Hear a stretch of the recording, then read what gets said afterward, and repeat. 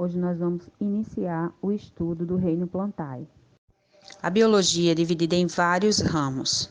A botânica é o ramo da biologia que estuda as plantas. De uma forma geral, as plantas são pluricelulares, eucariontes e autótrofas, produzem seu próprio alimento através da fotossíntese. Célula vegetal. Além de possuírem citoplasma, membrana plasmática e núcleo, as células vegetais possuem componentes exclusivos do seu reino. Parede celular é formada de celulose e lignina. Esses componentes são responsáveis por rigidez e suporte da planta. Encontra-se junto à membrana plasmática. Vacúolo. O vacúolo ele tem a função de armazenar substâncias e água. Plastos. Os plastos são responsáveis pelos pigmentos presentes nas plantas, que lhes dão as cores.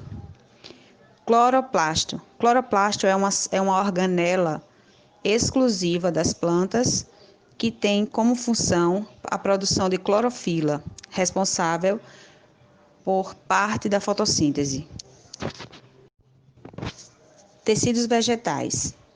Tecidos de revestimento possuem células achatadas e têm a função de proteger a planta da perda excessiva de água.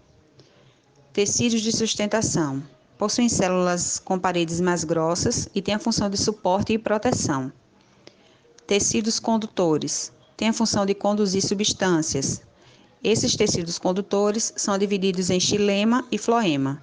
O xilema conduz a seiva bruta ou seiva mineral e o floema conduz a seiva elaborada ou orgânica.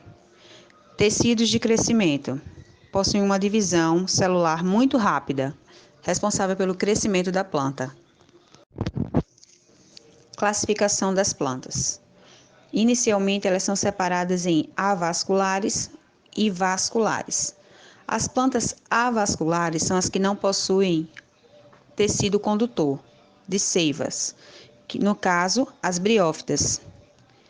Vasculares são aquelas que possuem tecido condutor de seiva. Elas podem ser divididas em plantas sem sementes, essas são as pteridófitas, e as plantas com sementes. Desta vez, são divididas em sementes sem frutos, que são as gimnospermas, sementes com frutos, que são as angiospermas. As briófitas. As briófitas são plantas de pequeno porte, elas sobrevivem em locais úmidos e que tenham sombra.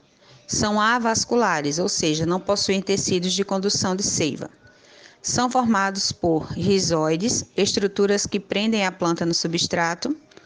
Cauloides é um caule superficial, é uma haste principal. Filoide representa as folhas e realizam a fotossíntese. E as cápsulas, onde possuem os esporos, que são responsáveis pela sua reprodução. As briófitas, elas são conhecidas como musgos. Pteridófitas são plantas de médio porte. São as primeiras plantas a possuírem o tecido vascular. São habitantes de locais úmidos e sombrios. Possuem o rizoma, que é um caule subterrâneo, os folíolos, que são as folhinhas que juntas formam uma folha composta. E atrás dessas folhas estão os soros, que são bolsas de esporos para que ocorra a reprodução destas plantas. Gimnospermas. Gimnospermas significa sementes nuas.